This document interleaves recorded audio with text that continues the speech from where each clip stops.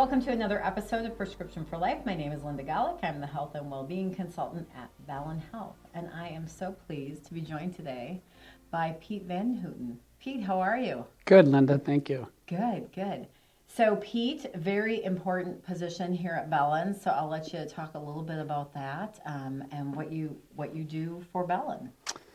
I don't know how important it is, but I think it's very important. I am General Counsel. I'm Senior Vice President. I'm one of the senior leaders of the Bellin region, and I have been with Bellin for about 6.5 years. So I've been a lawyer for close to 30, I think. But with Bellin, I have not only taken on heading up the legal department, I also have responsibility for facilities and security, formerly also had, and risk management, and formerly had the HR department reporting to me until Leanne Anderson came on and became the Chief People Officer. So lots of important legal things that we have to pay attention to as a healthcare system. So I imagine you have some interesting days. Every day is different, that's for sure. Good. Well, thanks so much for being here today. And I'm really just honored for you to take the time today and share your story with us. I think it's such an important story. I think there's so many things that we can get out of it and we can spread as messages to really benefit, anyone who chooses to listen to this podcast. And I invite you to, share this information too with people that you think it may be applicable to, because it's a really, really important topic. So I'm going to let you just kind of have the floor, and we're going to talk today about your son, Michael. So if you want to tell us about Michael. Well, thank you very much for letting me tell that story. So Michael was my son, is my son. Lost him just over 2 years ago to suicide. Michael struggled a little bit with mental health through the years, thought he was doing okay at the time, but one of the things that I've learned through all of this is people don't let you see or know what they don't want you to. Mm-hmm. And so Michael hid a lot from us, and he followed a job down to Milwaukee and moved, and that probably was, I knew I was nervous about it, to not have him close enough. Tried to do the things to check in with him. And he told us all along he was doing really, really well, and obviously that wasn't the case. And so he struggled with some things, and even as much as the last night of his life, he was with a really good friend of his from Green Bay. Mm-hmm. And he chose not to let him know that he was struggling, and that was the last anyone had seen him. And it's interesting because I had a feeling that weekend and wanted him to come home. And said, why don't you come up? I've got this going on in Green Bay. And he said, well, I'm actually going to help a friend of his, Alex was moving, and Eric was moving, and he wanted to help move Eric. And so that was the reason that he stayed in town, in Milwaukee. So I'm so incredibly sorry for your loss, and I'm just so honored that you're willing to share your story with us. I think there's just so much to be said. So I know that one of the things that had happened was that kind of your Bellin family really wanted to do something to honor Michael and to honor his story. So can you share a little bit about that? Sure. Well, so first of all, when this all happened, and I had been with Bellin for about 4 years at the time, incredible amount of, I knew you'd make me cry, incredible amount of support, and just the outpouring. I hadn't been here that long. 4 years is in the whole scheme of things not that long, but I had so many work and acquaintance, more than acquaintances, friends, and the support that I felt from Bellin and from all of those folks was amazing. Everyone from, Chris Waleski, we were actually in the process. We hadn't even gone through the merger yet, and the folks from the western side of the state as well, in the Gunderson region, also reached out and were there as well. So everyone from them down to the folks that I work with on a day-to-day basis. So it was just unbelievable the amount of support that I felt. And that's who I think we are as a team, as an organization. We care about the whole person, and so that didn't surprise me that much. But just unbelievable the amount of support that I felt.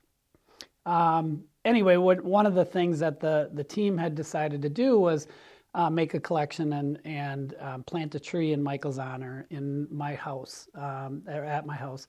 So the team came out. We had roughly 50 people or so show up at my house one afternoon, and we did a dedication there, said some prayers, and a little bit of talking, some readings, some scripture readings that Maria did for us. But it was very nice. My family was invited, and the whole team here. We had a beautiful day out on the water, so it was really nice. So, and then just had a nice lunch at my house then. Nice. Yeah. So that was really, I mean, what a wonderful testament for all these folks to take some time and spend that with you. I also wanted to talk about, you talked about the incredible amount of support that you felt. And I think one of the things that is so important to highlight is that as someone is experiencing, something in life that is hard for them, they bring that to work with them. Mm-hmm. And it's, yes, we keep working and we keep doing our best, but we do need those folks around us to show us support. So how did people do that for you? Like, how did people kind of show up and let you know? It was everything from just reaching out originally with texts, with phone calls, with what can I do to take something off of your plate?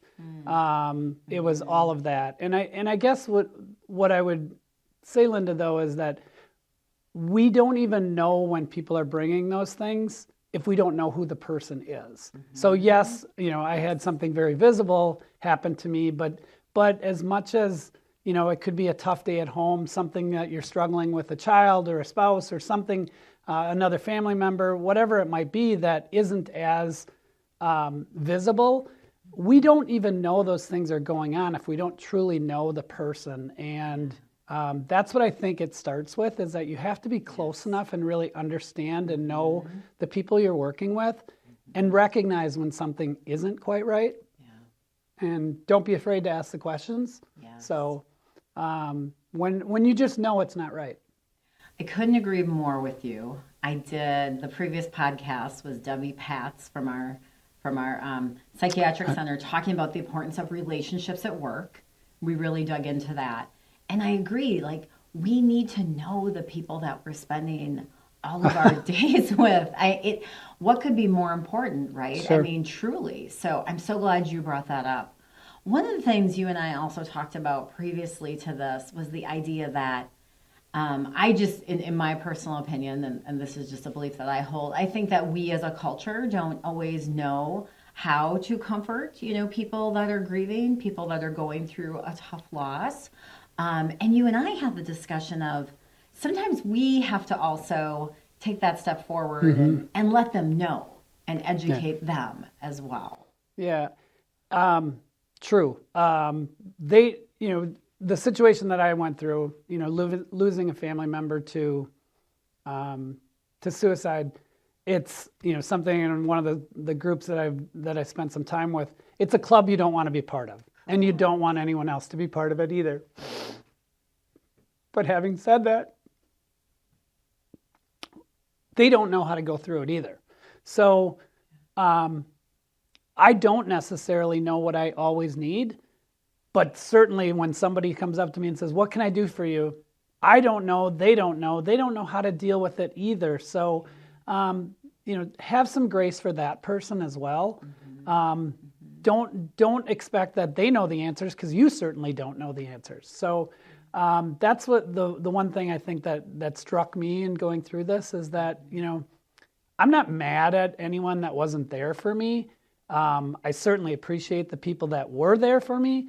I'm not upset, though, because those people that weren't there didn't know how to deal with it either. And so that's one of the things that I'm trying to do is be willing to talk about these things and not only what my son struggled with, but what I had to go through then. Because I think people do have to go through this. Unfortunately, whatever the circumstances, they're going to go through some of these things, and they maybe don't know how to deal with it. So, one thing that I suggest as well is that rather than being, and I know people are so genuine when they say it, what can I do to help? You just let me know if there's anything I can do. That person probably doesn't even know what they need. So sometimes you might just don't give them the choice. Don't make it a bigger decision than it has to be for the person that's going through something tough. Make it an easy choice. Hey, I'm going to do this. Do you want me to do this with you or that? Or I'm stopping at the store and coming to your house. What would you like me to pick up? This or that. Don't make it a global decision, but really a really easy one. Absolutely. And make it clear, I'm doing this. I'm coming over and we're going out. Do you want to go to a baseball game or to the park? Or, do something like that rather than you just let me know when you're ready. Because it's never going to happen, and we all know that. And I love that you're pointing that out, because I think that is so incredibly important to understand. When people are grieving or they're going through something really, traumatic in their life, their brain is on overdrive. Like, there's so much going on. Your brain is trying to process everything that has happened, and having to make one more decision of letting someone know, like, I need this. It just isn't. You're right. It's not going to happen. Right. So thank you for pointing that out. So one of the things that you do to continue to bring awareness, you wear a green ribbon, for suicide awareness. Yep. And I love that. Do people ask you about the ribbon? They do. On a regular basis? They do.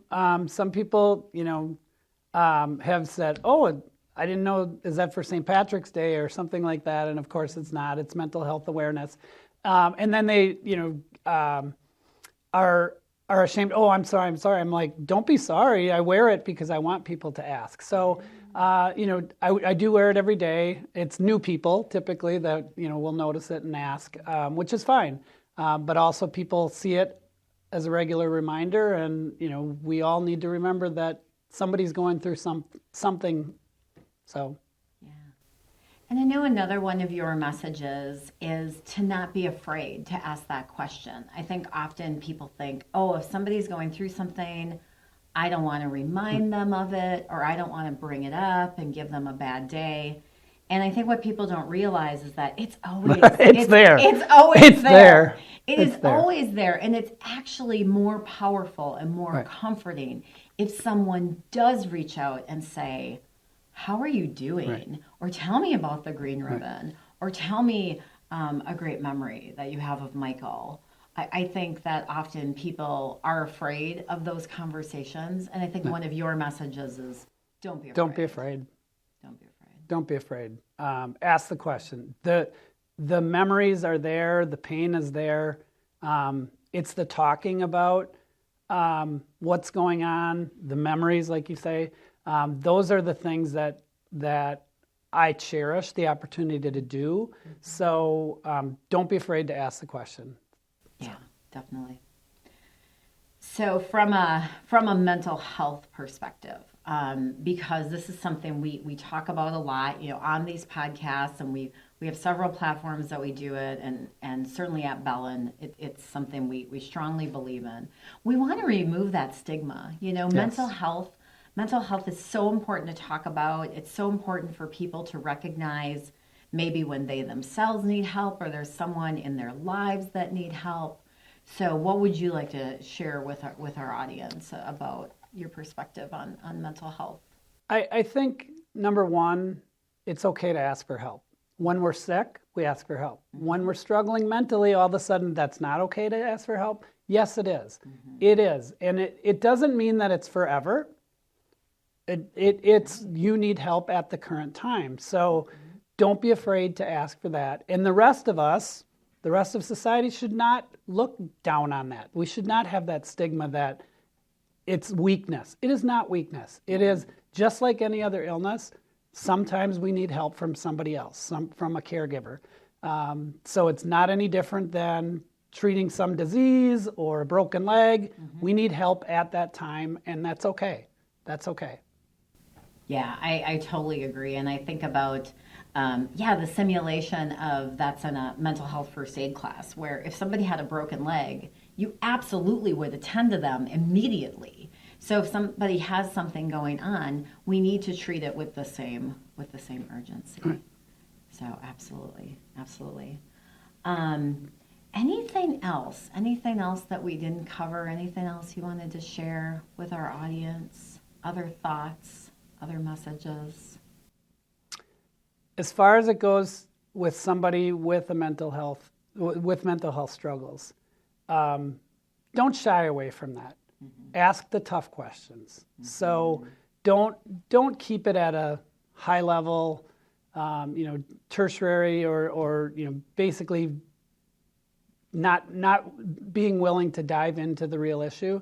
Ask the tough questions and try to get to the bottom of it. Like I said, folks are really, really smart in letting you know what they want you to know, but you gotta push it a little bit sometimes. And if you have that feeling like there's something wrong, and it's somebody that's close to you, and you probably do know. And I think same thing even just in our work environments. We do spend a lot of time together. I think paying attention to if someone is off, if something seems like, oh boy, that person just isn't themselves today. I just really encourage people, take the 5 minutes.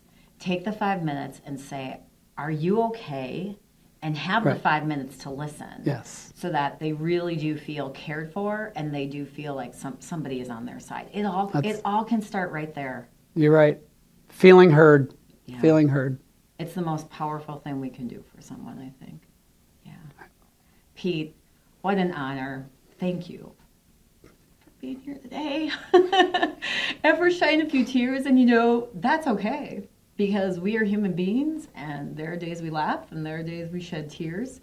And just thank you for sharing Michael's story and these really important messages. Thank you, Linda. So, thank you for the opportunity. Absolutely. So please subscribe, share this podcast. We want to spread the importance of suicide prevention, mental health awareness from here at Bellin Health. So thanks, everyone.